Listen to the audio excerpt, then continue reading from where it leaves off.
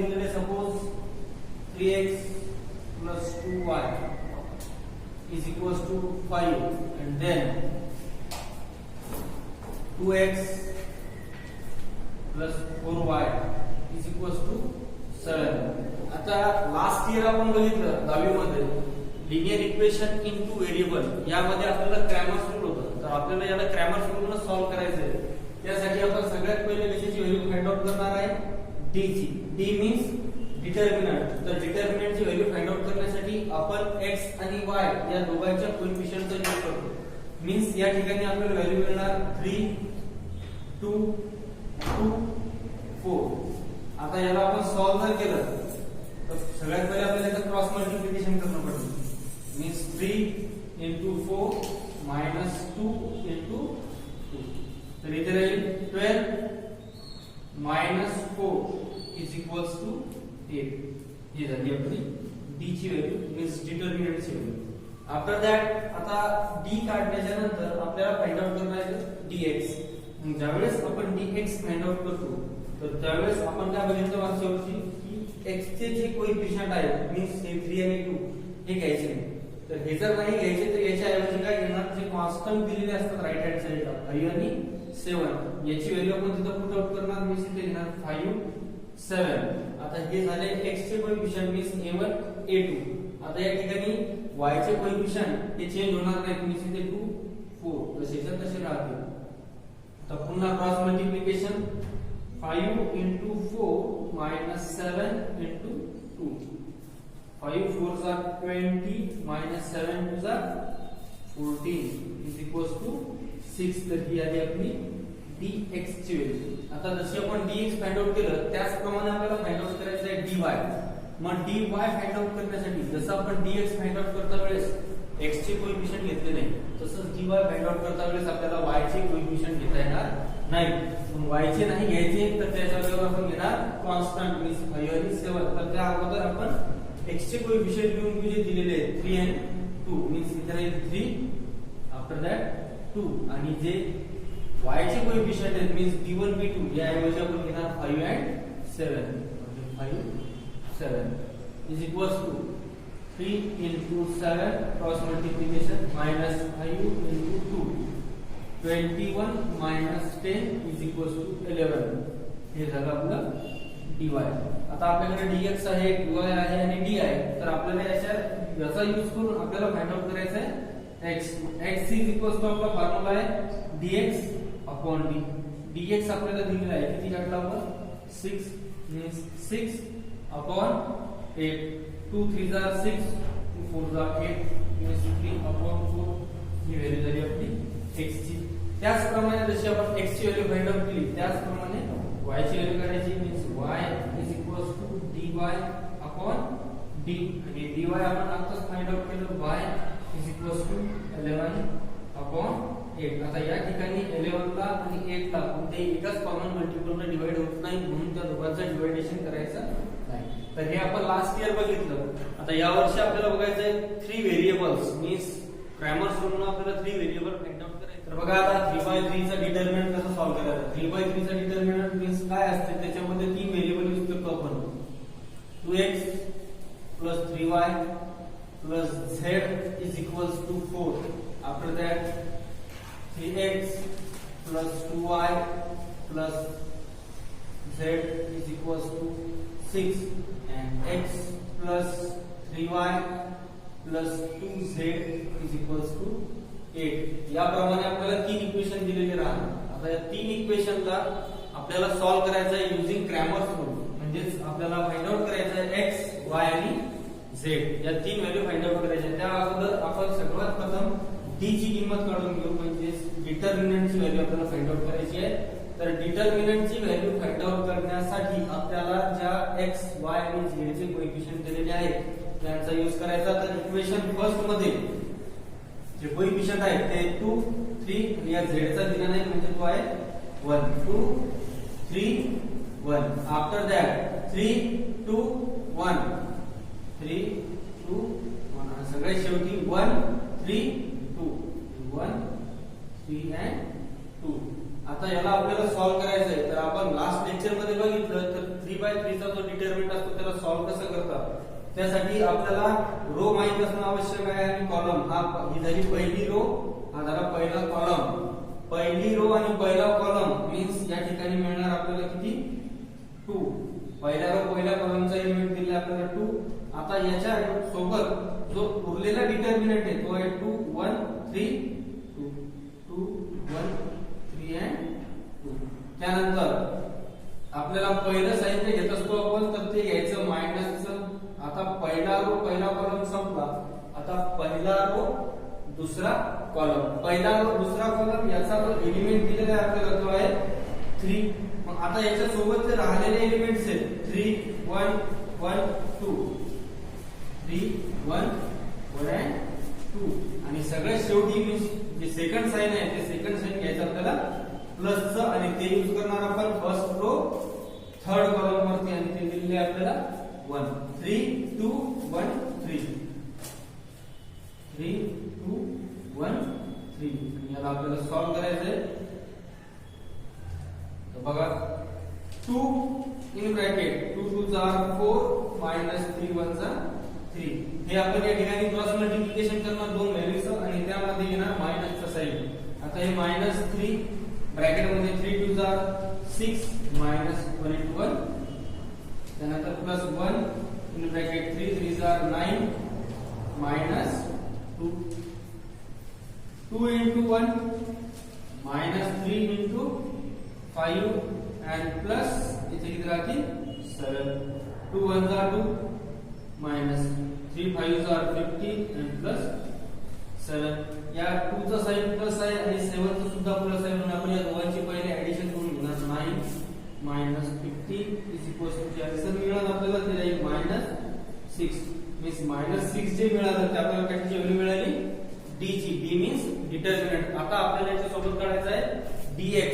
मग dx काढण्यासाठी आपण कोणाचे कोएफिशिएंट घेत नाही x चे. मीन्स हे 2 3 1 हे नाही घ्यायचे. तर हे जर नाही घ्यायचे त्याच्या ऐवजी घेणार आपल्याला 4 6 and 8. मीन्स आपण इथे घेणार 4 6 8. आफ्टर दॅट जे पुढचे एलिमेंट्स आहेत ते तसेच्या तसे मीन्स y चे कोएफिशिएंट 3 2 3 and last one 1 1 2 1 1 2. ठीक आहे. आता याला आपण सॉल्व्ह करू. याला सॉल्व्ह करण्यासाठी तीच कंडिशन, पहिला कॉलम सोडून दिला आपण, त्याच्यामध्ये आलेली व्हॅल्यू कोणती आहे 4. मग ब्रॅकेट मध्ये इथे आपण डिटरमिनंट मध्ये लिहिणार 2 1 3 2 2 1 3 2. त्यानंतर आपलं पहिलं साइन जे असते ते कधी लक्षात ठेवायचं, कुठलं घ्यायचं मायनसचं. आता फर्स्ट रो सेकंड कॉलमचा पहिला एलिमेंट दिला आपल्याला 3. त्यानंतर डिटरमिनंट मध्ये राहिलेली किंमत 6 1 8 2 आणि लास्ट मध्ये जे सेकंड साइन घेतो आपण ते घ्यायचं आपल्याला प्लसचं आणि त्याच्यासाठी आपण यूज करणार फर्स्ट रो थर्ड कॉलम. इथे राहिलेले 1 6 2 8 3 6 2 8 3.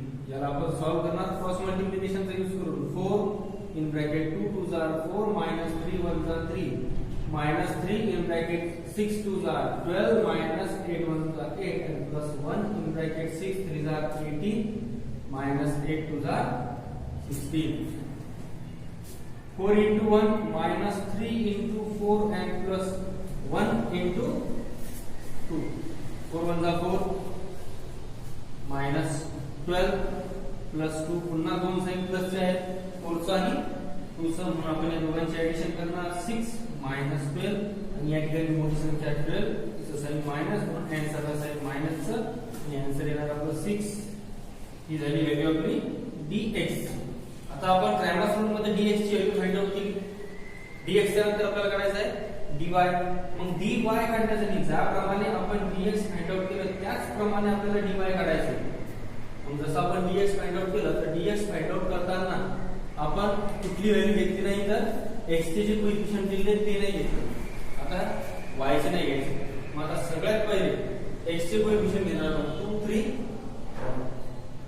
2 3 1. मग y चे कोएफिशिएंट नाही घ्यायचे तर y च्या ऐवजी आपण घेणार 4 6 8 4 6 8 आणि लास्ट मध्ये राहील आपलं 1 1 2 म्हणजे z चे कोएफिशियंट.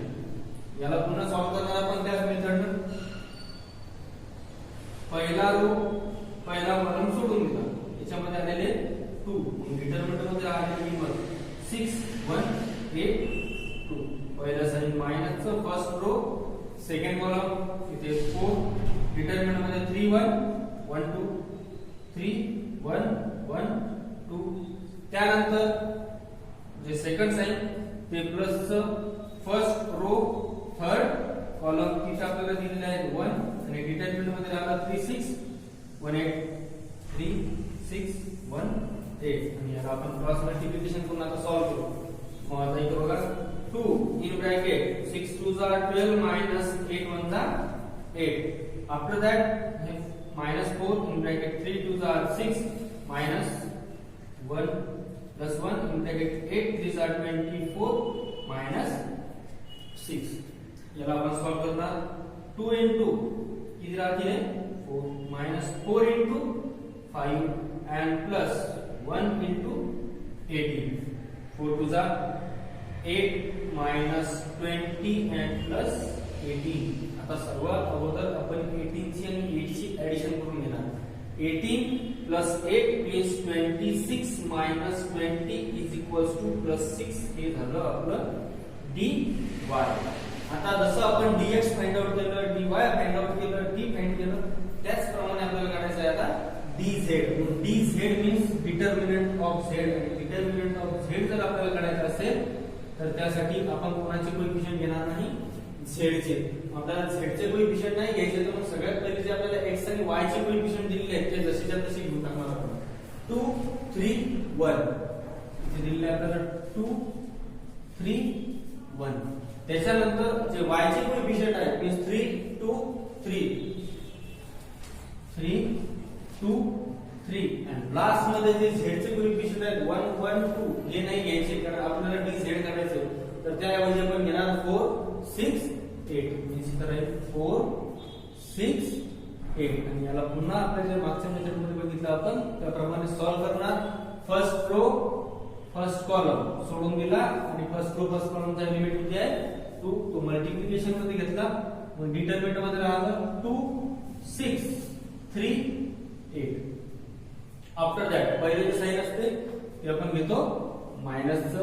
मग आता फर्स्ट रो सेकंड कॉलम याच्यात दिलेला आहे 3 3 6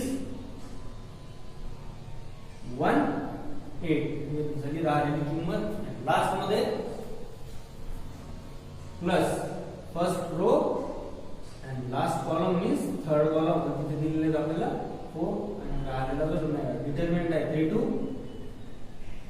1 3. आता याला आपण सॉल्व करणार क्रॉस मल्टिप्लिकेशनचा यूज करून. बघा आता 2 इन ब्रॅकेट 8 2 जा 16 minus 3 2 जा 3 6 जा 18. आफ्टर दैट -3 in bracket 8 3 जा 24 minus 6 1 जा 6 and plus 4 in bracket 3 3 जा 9 minus 1 जा 2. आता इथे राहील बघा 2 into 2 minus 3 into minus 18 24 minus 6 18 sorry इथे साइन प्लस चा राहील. त्यानंतर प्लस 4 into 9 minus 2 7 4 2 2 जा 4 and 18 3 जा सगळ्यात पहिले साइनचं multiplication plus into minus minus and 18 3 जा 54. त्यानंतर प्लस 7 4 जा 28. आता या ठिकाणी 28 आणि 4 या दोघांचं साइन प्लस आहे म्हणून आपण दोघांची ऍडिशन करणार 32 minus 54. आता 54 ही मोठी संख्या आहे म्हणून त्याचं साइन मायनस आहे, कॅन्सलला आपण मायनसचं साइन घेणार. मग 54 मधून 32 जर मायनस केले तर आन्सर मिळेल आपल्याला 22. हे झालं आपलं dz. तर आपल्याकडे आता dx आहे dy आहे आणि dz आहे. तर आपल्याला फाइंड आउट करायचं आहे x y आणि z. तर मग x जर फाइंड आउट करायचं असेल तर आपला फॉर्म्युला आहे dx d. आपण dx फाइंड आउट केलं -6 dt फाइंड आउट केलं -6 means -6 upon -6 minus minus get cancel आणि 6 1 जा 6 मीन्स x ची व्हॅल्यू मिळाली आपल्याला 1. आता जसे आपण dx काढलं त्याचप्रमाणे आपल्याला काढायचं आहे dy. dy काढण्यासाठी आपण यूज करणार y काढण्यासाठी आपण यूज करणार dy अपॉन d. जसं आपण dx फाइंड आउट केलं त्याचप्रमाणे आपण dy फाइंड आउट केलं. ते आहे 6 d दिलेला आहे -6 6 1 जा 6 आणि साइन मायनस तसंच्या तसं मीन्स y ची व्हॅल्यू मिळाली आपल्याला मायनस. सगळ्यात शेवटी आपल्याला काढायचं आहे z dz upon d. dz आपण जस्ट काढलेलं आहे -22 means -22 upon -6 minus minus get cancel 2 3 जा 6 and 2 11 जा 22 मीन्स 11 अपॉन 3. ही आली आपली z ची व्हॅल्यू. या ठिकाणी आपलं जे 3/3 चं डिटरमिनंट आहे ते 3/3 चं डिटरमिनंट